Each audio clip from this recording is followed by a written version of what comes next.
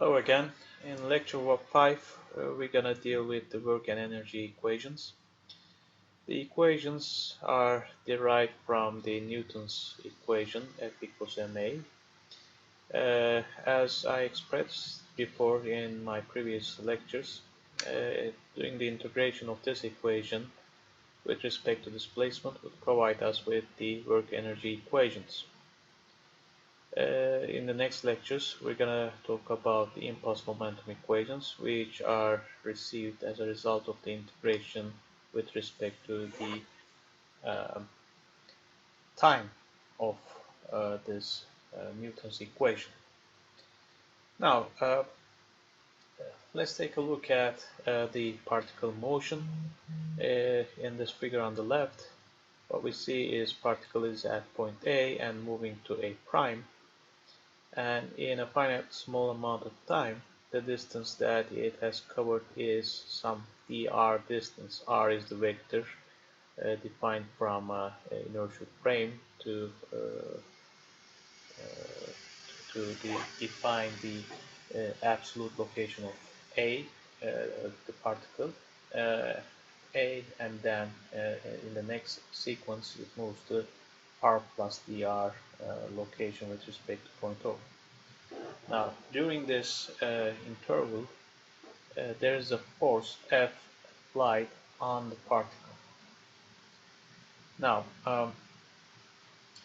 the force is a vector, and then dr, the displacement as a result of this force, is also a vector. However, work is not a vector, work is a scalar. And in order to receive the work done in this finite small amount of time, we declare that by du, we take the dot product of f with dr. That means actually we are taking the projection of f in the dr direction, or otherwise taking the projection of dr in the f direction, because you can rewrite this dot product operation in the other way around, dr dot product f. You'll get the same result, which is a scalar. In any case, we can say that either it's the direction of r in the f direction, so f stays as it is, then we have the ds defining the finite small amount of distance covered in the path, and as we have this finite small amount of distance, the magnitude of dr becomes almost equal to ds. In a larger amount of time sequence, this will not be equal, obviously, but for this small amount, finitely small amount of time, then we can say ds is the magnitude of the path covered during this interval. So f times ds, then we are taking the cosine of ds, as you can see right over here. Let me just drop my pencil tool right over here.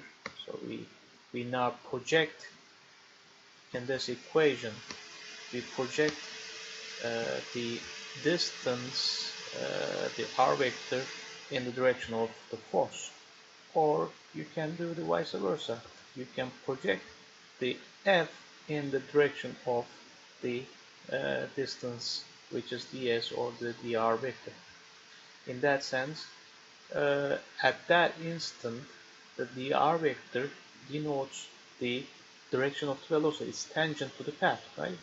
So tangent to the path means you're taking the ft component of this force, tangential component of this force, times the, oops, just try to show that again, times the ds. Now, what we have done in this part is we take the projection of force in the direction of the motion, and the resultant is the scalar work.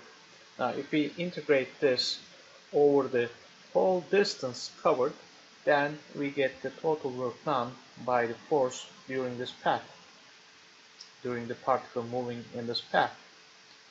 And as it is dot product, you can use any frame again, any coordinate system to decompose or resolve these vectors. So if you use, for example, the rectangular coordinates in 3 dimensions, you will resolve this f as fx, fy, and fz. So f vector would be resolved as fx times I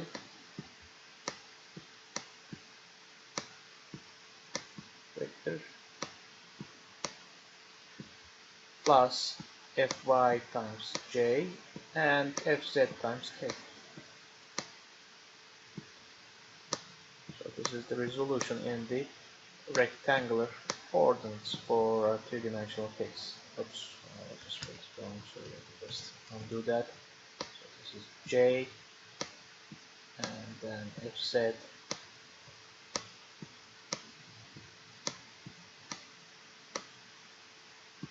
Okay. In that case, the formulation, as we are taking the dot product, it's only getting the part in the direction of that force. So if this is fx, then the